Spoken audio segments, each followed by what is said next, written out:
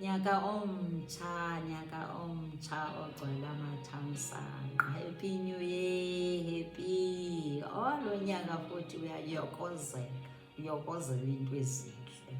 Uyehova sibekele zona.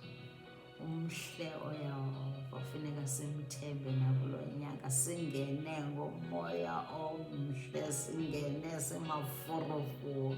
Ndiyakholwa nawe apha ekhaya excited ngo-2026 ngoba yehova zininzi izinto asithembisele ibe ziza kwenzeka. Ayithethileyo yona ayizuyishiyeka. Sifuna nakulo nyaka usoloko uthembe ilizwi likaYehova. Sizokukhuthaza intoba kwindlela yakho kufuneka wazi ukuthi unalo ikrele oliphiweyo, unaso isixhobo, unalo ilizwi eliza komeleza ozawubambelela kulo. Awubambeleli emandleni wakho, ubambelela kwilizwi likaYehova. Ulenze njani? Uyalipersonalize ke futhi undijongisa apha kulo. Ilizwi lokuqala esifuna ukuthi uhlale nalo kulo nyaka lilizwi eliku-Ephesians 3:20.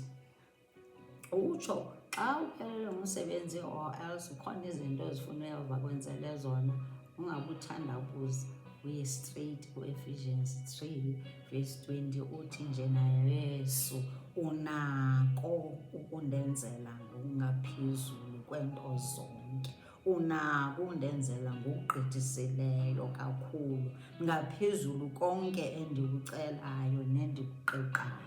Ndiyakwazi, unako ukuyitshintsha impilo yam, unako usitshintsha isimo sam sokungasebenzi, unako ukuyitshintsha imeko endiphila kuyo emsebenzini, unako imeko unako unditshintshela umtshato wam.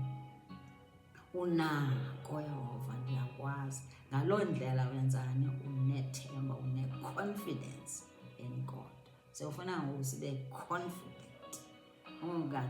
singathethi nje ingathi sithetha ngento esingayithembileyo, into engekhoyo mhlawumbi, ingathi nje ayisathandabuzi. Ungasathandabuzi kulo nyaka, uthi Yehova ndiyakwazi, unako uyijika imeko yomntanam, unayo lena uzibise, uzibhala, uzichaze, umxelele uYehova. Xa uye ku-secret place of the Most High ezinyaweni zikaYesu Kristu, uya no-Ephesians 3:20.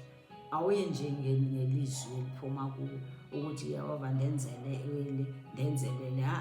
Iya ngelizwi, sithandaza ngelizwi. Andithi utshilo uthe if we pray according to his will is his word. Andithi silapho ngoku.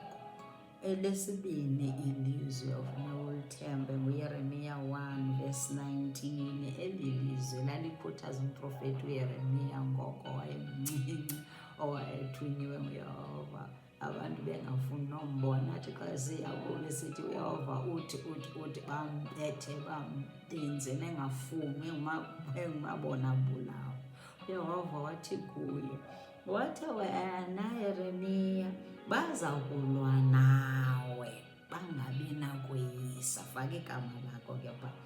Bazawulwa nawe bangabi nako ukweyisa ngokuba ndinawe, ndiya kukuhlangula. Baza kulwisa, ubelwisa ukholo olwakho, yabazi befuna uhambe uyokhonza abaThixo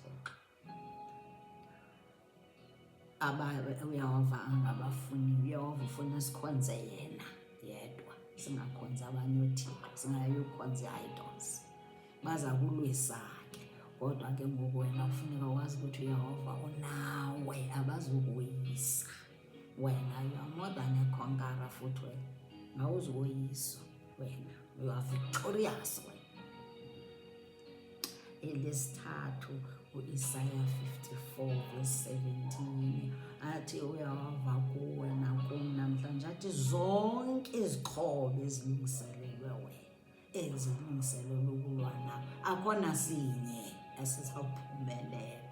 Uyazazi ke wena izixhobo ejongene nazo, lena nalena, nezixhobo zemali nentswelo zonke, uzibize, ubozibiza ngamagama xa usendaweni yakho yothandaza uthi akhona sinye sizawuphumelela, akhona sinye sizandenza into yoba ndingalithembi ilizwi lakhe. Ngoba zonke ezi zixhobo ke ndoqale zenze into ukuthi singamthembi ilizwi lakhe, ezenza ingathi nje uyehova akaphenduli, uye ngathi nje hayi uyesu akasikhathalelanga. Eza zixhobo zifuna nje uthatha ukholo lwakho utsho ke wena uthi akhona sinye esizawuphumelela. Siphinde siye ku-Isaya 59 verse 19. Naso esinye isixhobo esinamandla uyehova asixelele ngaso, ethethwe nguyehova eBhayibhileni, funa ukuba uyithemba. Athi the enemy shall come, khangathi intshaba zizokuza, athi zizakuza like a flood, but the Spirit of the Lord shall lift up a standard against them.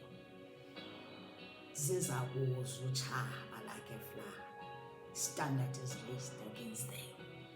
Ithetha ntoni? Ukuthi uyehova uzawulwela, uyehova uzasilwela, noba bangaza bebaninzi bengakanani na, beyiflad uzasilwela, ngoba ungakwicala lethu xa simthembile, ungakwicala lethu naxa simamkele njengenkosi nomsindisi wethu. Elilandelayo lokugqibela, Isaiah 43 verse 3, ube confident lapho utsho ukuthi njena mna noba ndidlula kwimililo, imililo ayizunditshisa, andidlula kwelam elambo, imilambo ayizundityilisela, ngoba ndihamba noyehova, andihambi ndedwa uyehova nam. Noba uphuma uye emsebenzini uthi nje uyehova nam, andizutshiswa mna yile mililo, andizutshiswa yile traffic, le traffic ayizundenza ndibe late emsebenzini. Uyehova nam, xa udlula kwemililo, Shadrach, Meshach, Abednego, imililo Hebrew boys abatsho futhi bona bathi thina we will not bow, bathi thina asizuguqa. Yayiloo milelo ka udlula kuleyo ethi nje guqa, noba ufuni, noba sowusukile kuyo ikubuyisele emva, funa ukutsho uthi njena mna ndizuguqa, ayizunditshisa le mililo, ayizunditshisa yonke le mililo, uyibize ngamagama, ngoba nantoni? Uyehova unawe nyana apho ekhaya nakulo nyaka, unawo, akasishiya, akasilahlwa. uYesu usishiyele umoya ongcwele. Abesithi njena, andithi ngoku sebesithi njena akasekho uThixo, nasezicaweni iicawa zinaThixo bekudiscourage ukuthi suye ecaweni. Uba ubaxelela uba umoya ongcwele ukhona, uYesu usishiyele umoya ongcwele, ukhona our comforter, ukhona our helper, sine-helper yethu thina, sine-advocate yethu ematyaleni thina, akasoze asilahle, sozasishiya ungecala lethu. Thembe ngalo lonke ixesha, ungavumi nakulo nyaka uba kube khona into ethatha ukholo lwakho. God bless you. Jesus loves you more. We love you.